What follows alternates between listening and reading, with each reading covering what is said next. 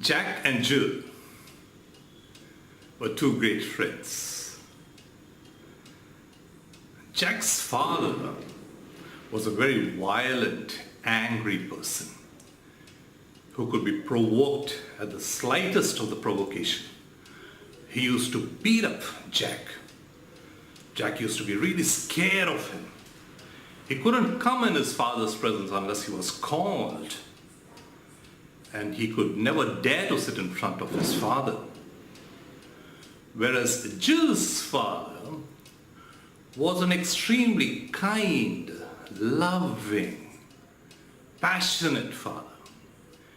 He never missed an opportunity to express his love to Jill, to give her the best things he could afford, to spend time with him, to care for her, and so on. But does it mean that Jill could take her father casually? That she may not give her enough respect? Several years back, when I was much younger, I had gone with my friends to a place called Tirupati, which is one of the holy shrines in South India for the Hindus, and it is reportedly the richest temple in the world. All right, because people go there and they just dump money and gold and a lot of precious possessions over there. Now, it was a long journey for us to take, and we had to go up the hills. And when we were near the place where the deity is, the actual shrine area, you hardly can stand there. They keep pushing you, okay? There's only a few minutes there. Now, obviously, I was there as a tourist, right? I was just sightseeing. I was just curious. I was seeing what's happening over there. How is it different from our churches and so on. Whereas my friends were there to worship their God, okay? And one thing I observed commonly among all the people there, all right, maybe 100 of them standing right in that spot when I was there, was fear written all over their faces, okay? Fear. They were so fearful of their God. They had come there in the presence of the God, seeking pardon, seeking forgiveness, saying, look, God, I know I've done something wrong. I acknowledge that. And I know that if I come to you, you'll forgive me. And I'm afraid, right? I come in your presence totally afraid. That's the kind of, feelings or emotions I could see written on everybody's face over there. But we are taught that our God is a loving God, is a kind God, right? Our God loves us. And therefore, we also take it that we have a right to take our God casually, right? So today, I'm going to invite you to really think on this. We call Christ the King of Kings, Lord of Lords. We say that he's mightier than any other king, powerful than any other ruler in the world. But how do we go into his presence? How do we approach him every time we go to the church, right? So today I'm going to invite you along with me on an imaginary journey. And why is it imaginary journey? Because the God we are going to see today in the church, right, is an angry God. He is not going to tolerate any kind of misbehavior in his presence. He tolerates no nonsense from his people, okay? He's a very angry God, right? So that's something you need to imagine, because we know that our God is not an angry God. He's a loving God. He's a kind God, right? So allow yourselves to, come along with me on this journey. You're going to go through a Sunday Mass, okay? And allow yourselves to accept that for today, for this session, for this video, your God is an angry God, okay? So Mass is about to start, and some people walk into the church, all right, ready to prepare. But those days when people used to approach the emperors, the kings, or even these days when they go in front of the rulers, the politicians and so on, people go with a little bit of bowed head, sometimes prostrating, even today, or kneeling and moving forward, or with the hands, crossed and so on, with a lot of reverence, respect Maybe out of fear, that's a different thing, but that's how they go, right? But how do we go to the church? Casual walk, stylish walk, right? And we are going over there to our places in the pew. So there's a difference today. We are going in the presence of an angry God. And today God has deployed his soldiers, tough-looking soldiers, huge soldiers with vicious whips in their hands. And these soldiers come to people who are walking so casually and stylishly. They come and wish, wish. They let the whips land on their backs. Okay, and these people are confused. They say, "Is this how you walk in the presence of the mighty Lord? Go with reverence. Go to your seats." And the people then get serious about it. Wow, look at that. But they are still not used to it, right? So they go to the seats, cross their legs, greet their friends. "Hi, how are you? Hey, nice to see you. Hey, what a lovely dress you have. My, look at the child, how he's grown. You know what? We should meet up sometime." And guess what? The soldiers are there right behind them. Wish, wish. The whips have no mercy. The whips have no mercy, and neither do they have, right? And if you're finding it difficult to imagine this scenario, you must probably think about the movie Ben-Hur, which many of you might have seen. And in that movie, there is a scenario where the slaves actually seated on rows on either side of the passage, rowing the ship, okay? Actually, it looks like the pews of the church, okay? People are sitting on both sides and it's in rows, okay? Now, the soldiers have to row the ship. Okay, it's not even a boat, it's a major ship, it's a big ship, right? And there's a leader right in front with a drum, okay? And the drum goes dum, dum, dum, dum.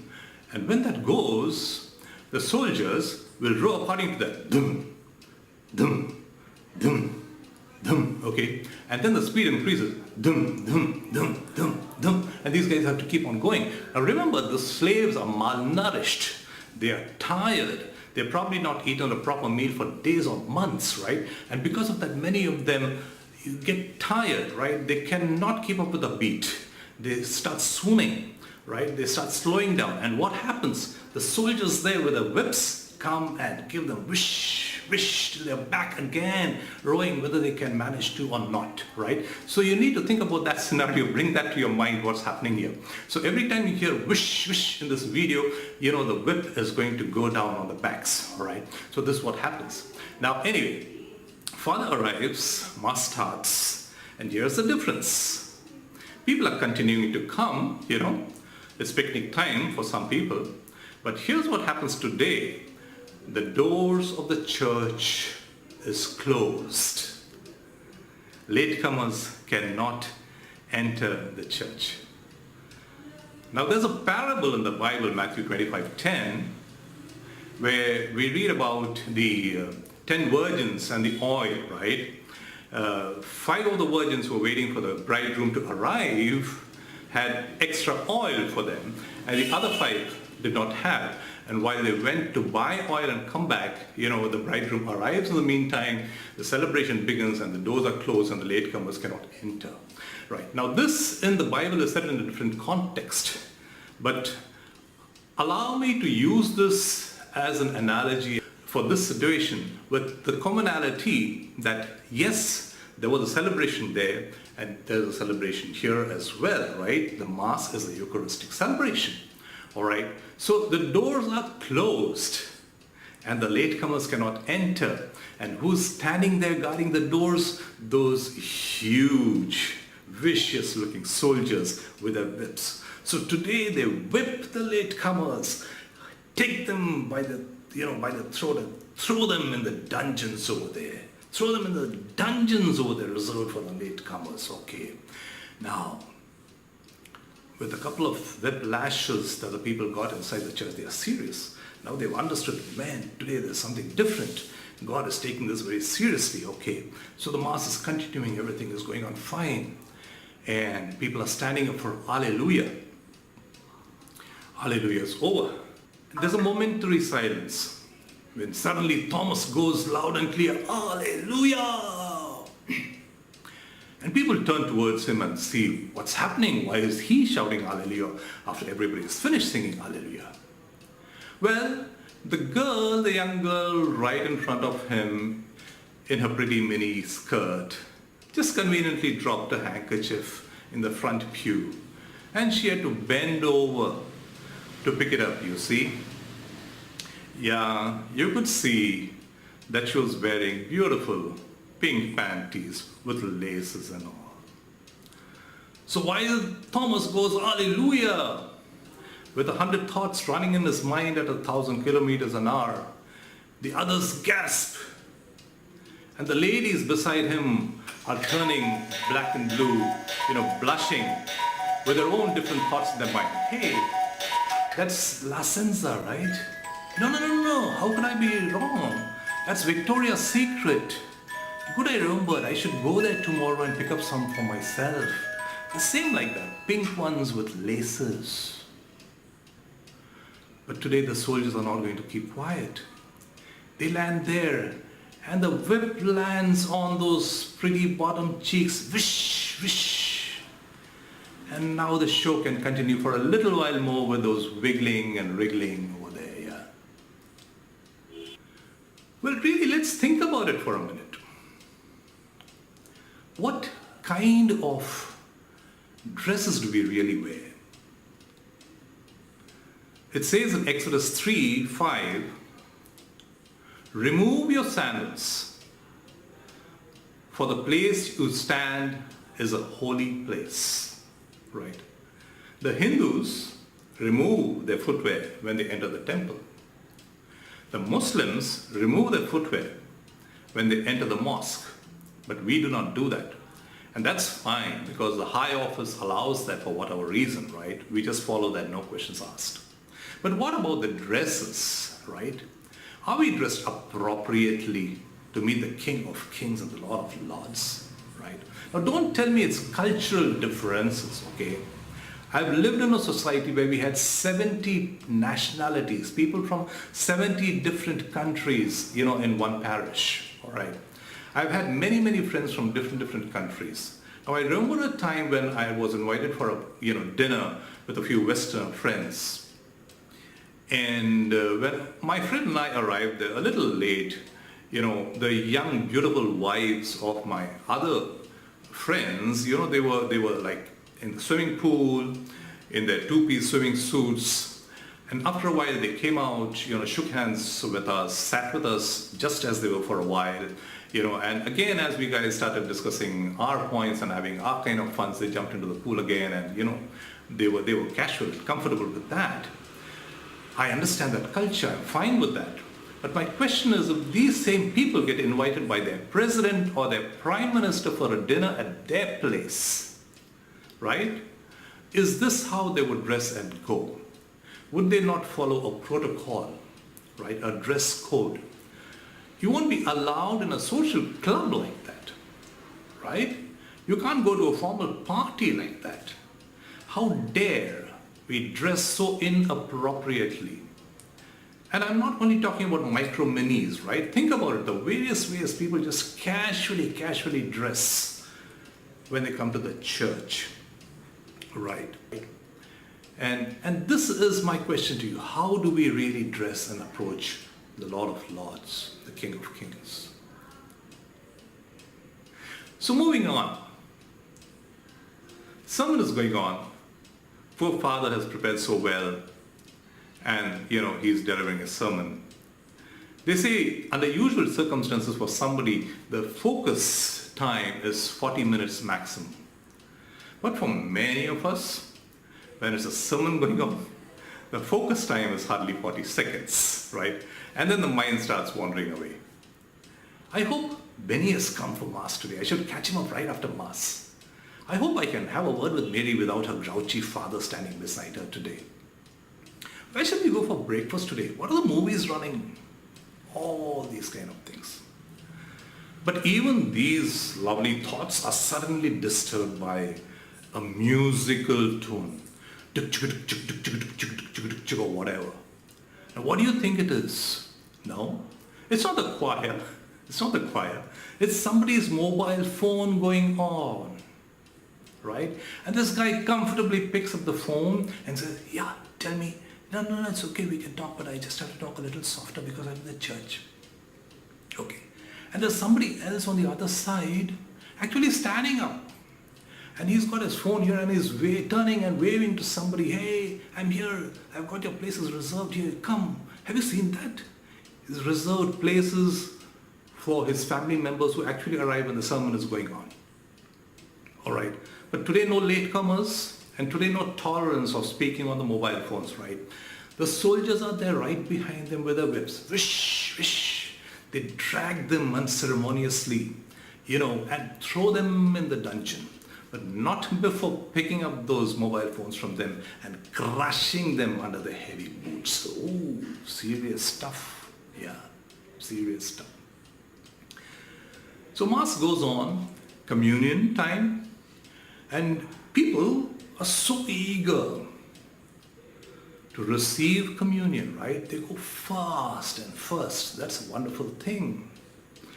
But in a while you realize why they are so much in a hurry. Right after receiving communion, even without going to the pews to pray, they exit the church. Now, not just the youngsters, right? The elders as well, families, whole families, right? They just start walking away. They just start walking away just because they've received the Holy Communion. Now imagine, is this ever possible in a corporate environment if you're attending a formal meeting, right? Or if you're in a formal, event where there's a guest of honor, right? No, it would be absolutely discourteous to leave before the guest of honor leaves. You're not allowed to. And if you're in a corporate world where there's a meeting going on with your CEO or the chairman or the board of directors, you wouldn't dare to leave the place before they leave when somebody senior signals to you that it's okay for you to leave as well. Because if you do that, then you're not going to be there in the company for a minute after that, right? So we know the protocols there, we understand that. But here, because we are in front of a loving, kind God, we take the liberty of doing whatever we want to do. But today, remember, you can't walk away unless you're allowed to, right? So these soldiers land there and wish, wish again comes down the whip. Where do you think you're going? Mass is still going on. Back to your seats, right? So everybody goes scrambling back to their seats. Finally, Mass is over. Mass is over. Father gives a blessing and leaves the altar. And people immediately get up, right? And start walking out. How do they walk out? Again, casually, stylishly, waving to each other, hey, see you next week, good time, have a nice day, and all that, right? Now, I was once speaking to an elderly Muslim gentleman, all right, about his home country, Jordan. And we were discussing about some of the holy places there, okay. River Jordan, for example, and even the historic Petra and so on.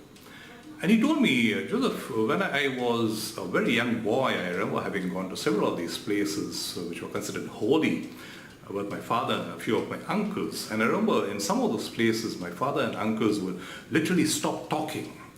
Or if they had to talk, they would talk in very soft voices, literally whispering. And they were trying to walk fast in a haste, almost as if they were trying to glide through or fly through without, their feet touching the ground and so on. And when I asked, my father later explained that, my son, these are places where great prophets like Jesus himself have walked the earth. Right? I hope you know that Muslims do acknowledge Jesus Christ. They don't call him God, but they call him, one of the top tier prophets. So yes, he says, my father's told me that this is a place, these are places where holy people have walked the earth. Jesus himself might have walked exactly on this spot where you and I are walking today.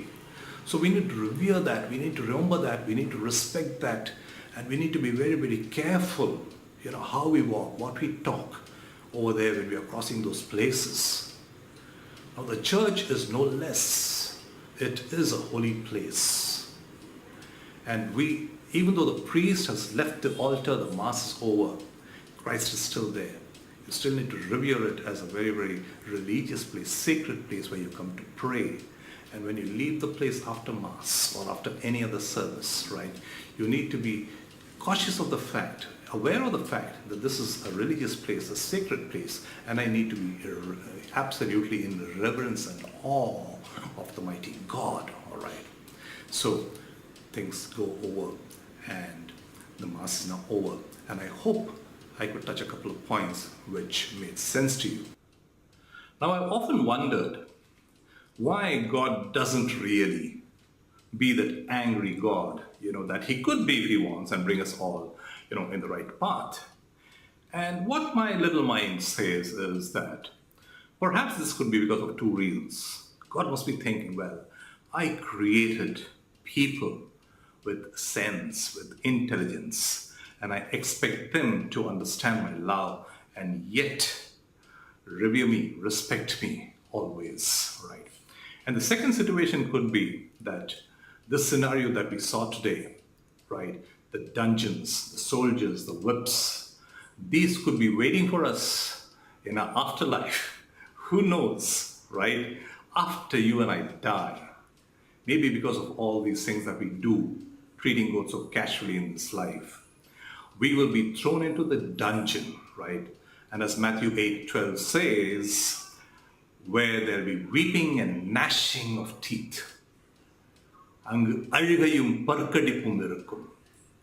the reason I said that, I know many of you might not understand that, I said that in my own mother tongue Tamil, is because if your mother tongue is not English, try saying that or try reading that in your own vernacular, right? It's very powerful when you hear it in your own language, right? It makes a big difference.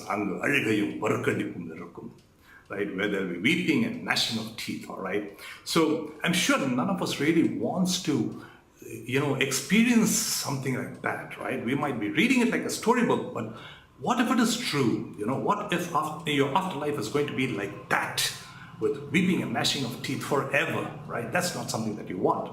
So my dear friends, I know it's been a long session, and I know I went outside boundaries perhaps in certain areas, with this imaginary situation and so on. But I hope I could present a certain point clear, and even if I've touched one person where they take a resolution henceforth to be absolutely reverent every time they enter the church, I would consider myself blessed, right? So do your part, God does his part. You take care, my friend. You rock.